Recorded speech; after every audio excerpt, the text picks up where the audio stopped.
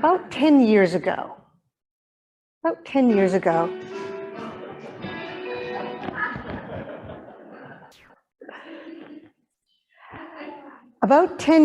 I decided to train for a sprint triathlon.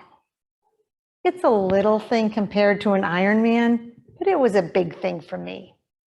It involved a half-mile open water swim, a 10-mile bike ride, and a 5K run. Now, I live around the corner from the YMCA, and so getting to the gym was not technically difficult. What to do when I got there was a little less obvious. So I've worked out on and off all of my life, but this was a whole new thing. So I engaged a coach. And I am happy to report that not only did I finish the triathlon, I could walk the next day. We will not be discussing my time. It was the most physically fit I've ever been, and it felt great. But I had no desire to keep up that level of training and to repeat the challenge. I didn't want to commit the time. Still, I know I feel better when I'm tending to my physical health. I'm glad to be back at the Y again after a COVID hiatus. I go most days and do different things in the course of the week, cardio on the treadmill or elliptical, some weights, some core exercises or stretching. A morning stretch and some evening Tai Chi are part of my routine, whether or not I make it to the Y. Now, I know that no amount of exercise will keep me healthy if I'm not taking care of myself in other ways. Eating right, good sleep hygiene, getting vaccinated and boosted. Now, I also know that there's more to health than physical health and wellness. There's emotional and psychological health, social and intellectual health. There's, some people would include wellness, environmental and vocational and financial health and wellness. And of course, it's Sunday morning and we're here and a preacher is talking. So we're going to include spiritual wellness. That's a lot of wellnesses to take care of. I tend to find that tending to my health in one area has a positive impact on my health in other areas. But it's still the case that I'm usually only focusing on a couple. So I have to be careful not to let the others languish. The more I tend to my overall health, the more I tend to be kind and caring, attentive, calm, reasonable, fair, all the things. Choosing to be as healthy as is right for our particular body, mind, and spirit at this time and in this place can give us a radiant glow. It can make us content and joyful, a blessing to be around. Nurturing this kind of systemic health is a way of nurturing beauty, our own beauty, the kind of beauty that the little girl in the story had, the kind of beauty that our meditation imagined. It's good to take a look every now and then at the various types of health and wellness to see how we're faring. So here are some of the areas again. I'll repeat them slowly so you can consider briefly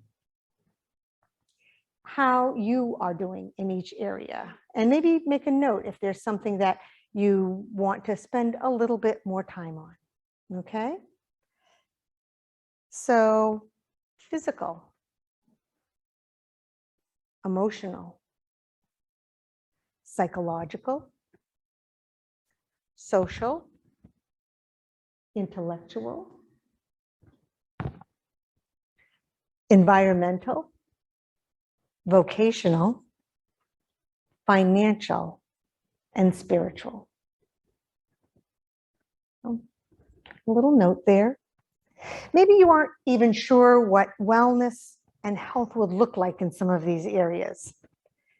Back in the days when I was training for my triathlon, I tacked a little piece of paper up on my bulletin board with a short list titled components of fitness. I have an image of it in that. There you go. Strength, endurance, flexibility, coordination, and balance. I don't remember the source of the list, but a quick internet search tells me that there are lots of similar lists, some with slightly different things on them. But this is the one that's been up on my bulletin board for all these years, because I've wondered, can those components apply to our other areas of fitness other than just our physical life? So what would it be like to have emotional strength, psychological endurance, social flexibility, intellectual balance, environmental coordination? I wonder. So I thought today it would be fun to play with the idea of spiritual fitness using these 5 components. Now, as a reminder, for those of you who don't usually use the concept of spiritual, I want you to be able to play along. So remember that when I'm talking about spirituality, I usually mean I'm thinking about how we're connected to something beyond ourselves. Human community, nature, the divine, the universe, each other. I also think, and this will be important today, that spirituality includes our sense of self, our grounding, if you will.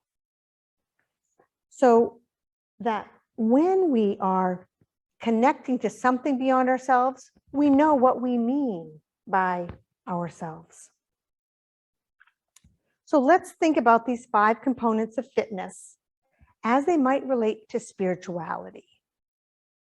Spiritual strength, endurance, flexibility, coordination, and endurance. And by the way, once I got going on this topic, I realized it really would make a better small group discussion than a sermon. So I have written a covenant group or chalice circle session if anybody wants a copy of it. So what's the first thing when you think of physical fitness? Anybody?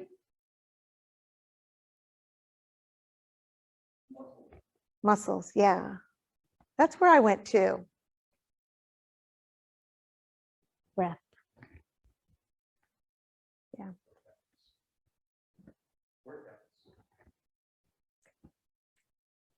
So I tend to, when I think of physical fitness, I usually start with strength.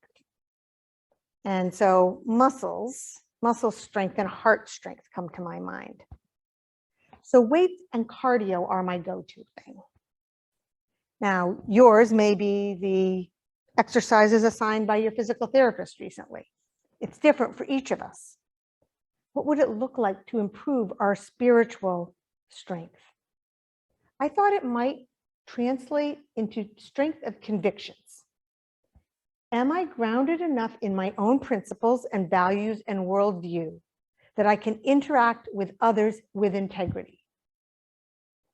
A lack of spiritual strength might find me saying whatever I think the other person wants to hear, right? Do I have strength of my convictions? There's lots of ways we can develop strength of convictions.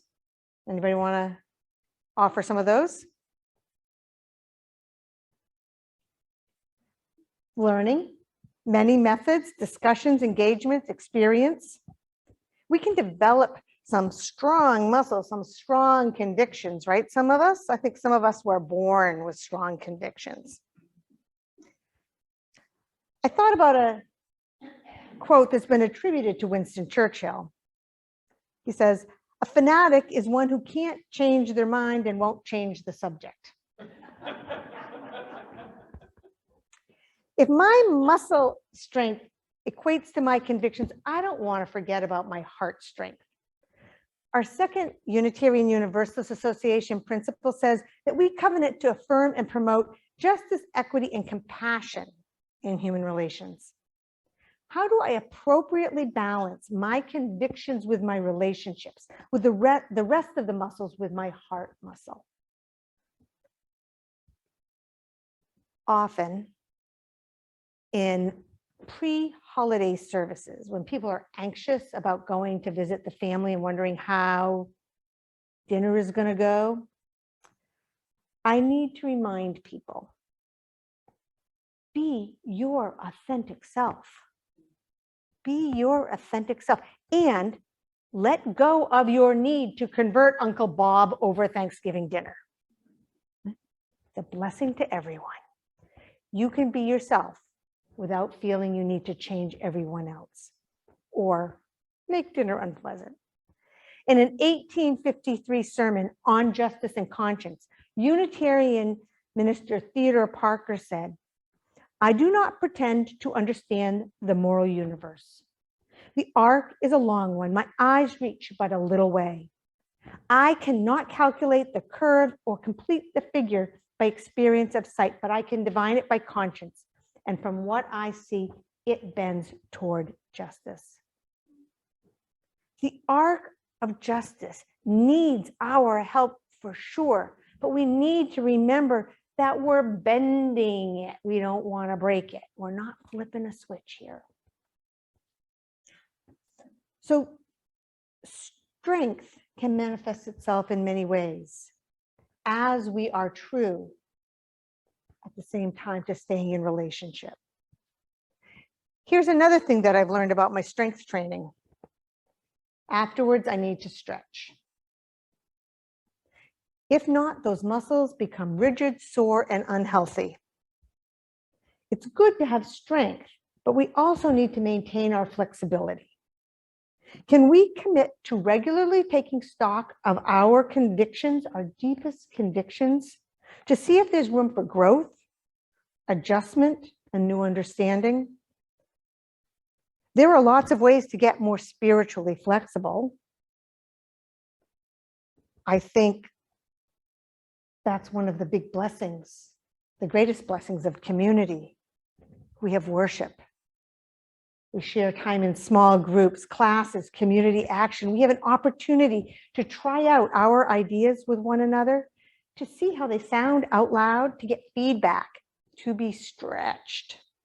And our convictions are better off for it. So we need strength and we need flexibility. We also need endurance. Endurance. How do we keep going for the long haul, for that bending of the moral arc of the universe that extends beyond our lifetime? How do we have hope? How do we manage when our hope is sagging? It seems to me that both pacing and attitude are crucial for both the physical and the spiritual. I'm told long distance runners will say that it's their mental training that's more important sometimes than their physical training.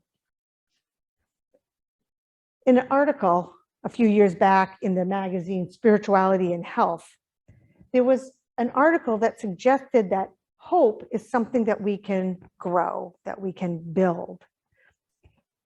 Quoting, "Hope can be learned with practice.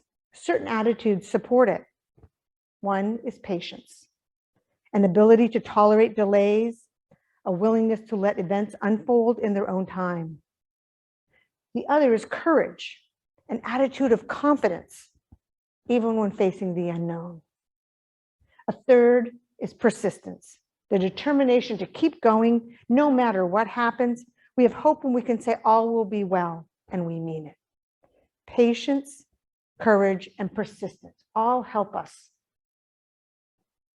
to grow our hope, and they are all practices. They are good to add to our spiritual workout if we want the endurance that will sustain us. So far we have strength of conviction and compassion, we have flexibility and endurance, and next is coordination. What would it mean to be spiritually coordinated? So let's back up. What does it mean to be coordinated in physical fitness? I thought of the skills, how to swing a bat, where to stand in pickleball, how to tee off. So spiritually, what are the skills that we need to develop? I think it might mean developing the skills to go out into the world and balance our values and convictions with reality. I know that stinks, but reality is reality. I mean, a pitcher has the skills for a fastball and a curveball. They still have to decide which one to use on the next pitch. Even among our own values, we may have to make decisions. Sadly, we can't have it all. And sometimes we need to make the decision in the moment. An example, a person has just treated us badly. Is this a time to demand better treatment on principle? Or is this a time to wonder what has happened in this person's day or life to make them so unpleasant in this moment? The answer isn't the same every time. So many factors come into the equation. Different people might have different answers. Heck, we might make different choices on different days. As a minister, I've found myself often in a suddenly and unexpected situation where I have to make a quick decision about my reaction. This is why I think all ministers should have improv training. I actually think it's good for everyone, but a key technique in improv is that when your scene partner does something, you respond, yes, and. Yes, and. Yes to what they did, and what are you going to add to it? So for example, we can say in the moment when someone is yelling at us in coffee hour, yes, I hear that you are upset. And it's hard for me to, sorry, let me say that again. Yes, I want to hear what you're upset about. And it's hard for me to do so when you are yelling quite so loud. Yes, I hear you yelling at me, and I'm wondering if you are really mad about something else. We can't control another person, but we have a lot of control over our own response. Sometimes people say that Unitarian Universalists try not to offend anyone, and I guess that's true to a certain degree. I hope we don't go out of our way to offend. I hope we remember that we can disagree without being disagreeable. But I also hope that we try just as much not to be offended. This is part of being spiritually coordinated, to know that everything that happens isn't about me. The other person, their seemingly offensive remark or behavior is most likely about them. I don't necessarily need to feel mad or angry or sad or otherwise upset. I think part of being spiritually coordinated, or juggling, if you will, is to be able to take a remark, especially a critical remark, and consider it. Does it have anything I can take from it? And then to leave the rest. So here's another situation. Suppose I bring a dish to potluck. You have potlucks here, some good ones as I recall. I notice that Sally doesn't take any of my dish. I can conclude that, right, Sally hates me and I'm a terrible cook. Or I could conclude Sally doesn't like cashews, but she can see are in the dish. Or Sally is allergic to cashews. Or Sally overloaded her plate earlier in the buffet and has no room for my cashews on her plate. Or Sally sees that there's not much left and she's leaving it behind for the person coming after her who she knows loves cashews. I mean, there are lots of possibilities here. And yet we so often assume. Being spiritually coordinated means being able to entertain many possibilities. So maybe I decide to ask Sally about her choices. And she notes that she didn't choose my dish because she knows I use a lot of spice and that doesn't agree with her. I hadn't even thought of that one. Should I be offended that Sally didn't like my spice? Right? You all think this is a ridiculous example, right? But you also know it's true. One thing that spiritual coordination allows us to do is to consider our options. Again, I can be offended, or I can notice that plenty of other people like my dish and continue to make it the way I do.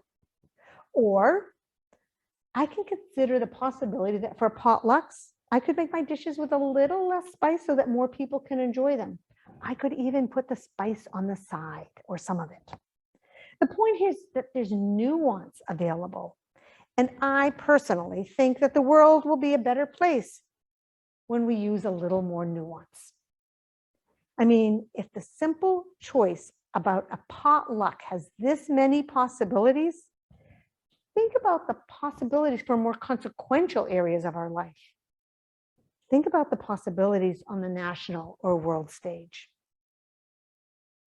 So we have strength of conviction and compassion. We have flexibility that keeps us limber and our minds open. We have endurance to keep us going. We have coordination that allows us to respond to all that we encounter in life with grace. The last thing we need is balance. My morning stretches and evening Tai Chi are supposed to help with that in my physical life. So where can we find balance in our spiritual lives? Lots of things. Hopefully, sometimes worship helps. Meditation, prayer, therapy, laughing, good friends. There are so many ways to help keep our perspective in the world. I often associate balance with the recently concluded month of Ramadan, when Muslims take stock of their lives and return to their center. Personally, I also find balance in the serenity prayer. Grant me the serenity to accept the things I cannot change, the courage to change the things I can, and the wisdom to know the difference. That wisdom, that's the balance. So many ways to tend to ourselves in the world.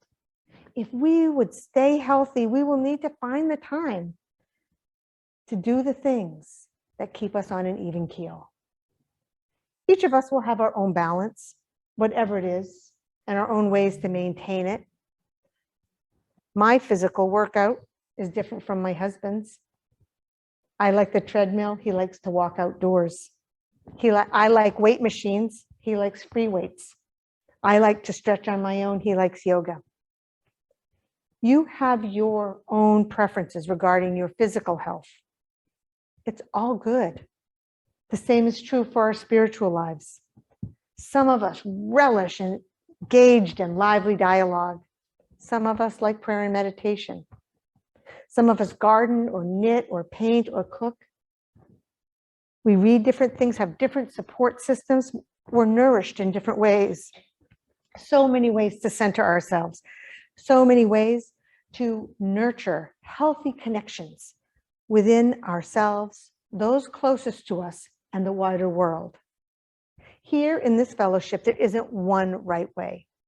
There is support for each person finding their own way. So what do you do? What strengthens your convictions? What boosts your compassion? How do you maintain flexibility? How coordinated are you at the obstacle course of life? And do you take time to focus on balance? Each of these things can help to ground you. Each can ease and enrich your connections to that beyond. Each can restore spiritual health and can nurture beauty from the inside out. It can give you a radiant glow, the warmth and the light that guide your way, and tell others,